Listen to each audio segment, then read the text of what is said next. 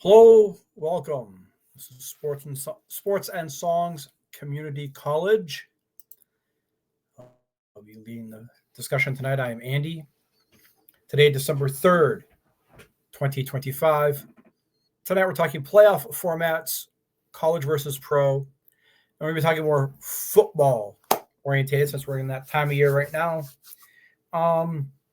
Let's kind of briefly go down the two goods and bads, compare them.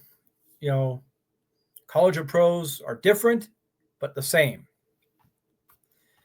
The NFL, the number one seed, the best record in both the AFC and NFC, you're the number one seed. Number two, second best record of the division winners. 3 and 4, third and fourth best record of the division winners. And your next wild card teams. Best record, second best record, and third best record. Wild card, which basically means you didn't win a division. Now keep in mind, it's 4 divisions, so not the 4 best records, the 4 division winners. So the 3 seed or 4 seed could have a worse record than the 5 seed. It happened last year. It happens a lot. It's the way it is in pro football. We've accepted it. In fact, there was been once, I think a team was 500 that won the division. There's even one time the Seattle Seahawks won it with a 7-9 record. They won their division. They got to host a playoff game that next week, and they beat the defending Super Bowl champions. So stranger things have happened. Everybody complains about the college one, but here's the pro. I like it. You got to win your division, you get something. You get a home game. So yay on that. Now the college. 12 teams will be selected to the playoff field, with the selection committee's 5 highest-ranked conference champions earning automatic bids. These 5 highest-ranked conference champions are in regardless of where they rank in the top 25, even if they're not in it. So again, you could be not a top 25 team, but you somehow won your conference because you won that conference championship game when they play East against West, North against South, Blue against Gold, whatever. You win your conference, you're in the top 5, you get that bye, you get in. This has been seen in the first college football playoff rankings of 25 when Memphis wasn't ranked in the top 25, but received a projected automatic bid as the 5th highest-ranked conference champion.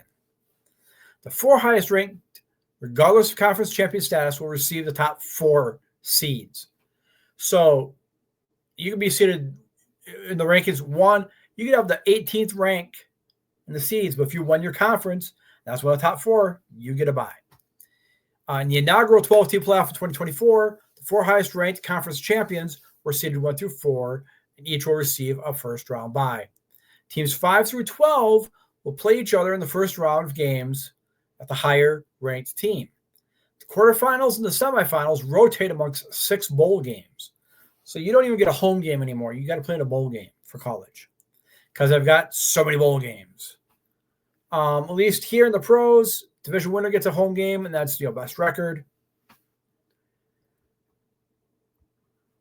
Now here's where we're going to educate, because that's what we do here. And basically, how I say we're here to educate, here to give you my opinion, and you're here to like it. I like the pro format because you win your division, you should get something for it. Now, same in college, don't get me wrong. All you get is a higher seed. You don't get a home field. FCS, of course, you get home field. You play in the Division II, it used to be called, but now FCS.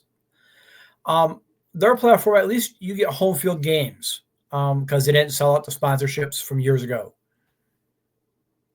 And also, you got to remember, at the college game, these are sponsorship bought games. These aren't NCAA regulated games. They play by NCAA rules, but you're the college football national champion, not the NCAA champion, but they've agreed to be called the same. College football, you got 5 conferences. They always say 5 conferences and Notre Dame. They got to really work on somehow getting that down to 4. Or kind of like with hockey, I almost said hockey there, hockey, they have the Frozen 5, or the Frozen 4, but 5 teams.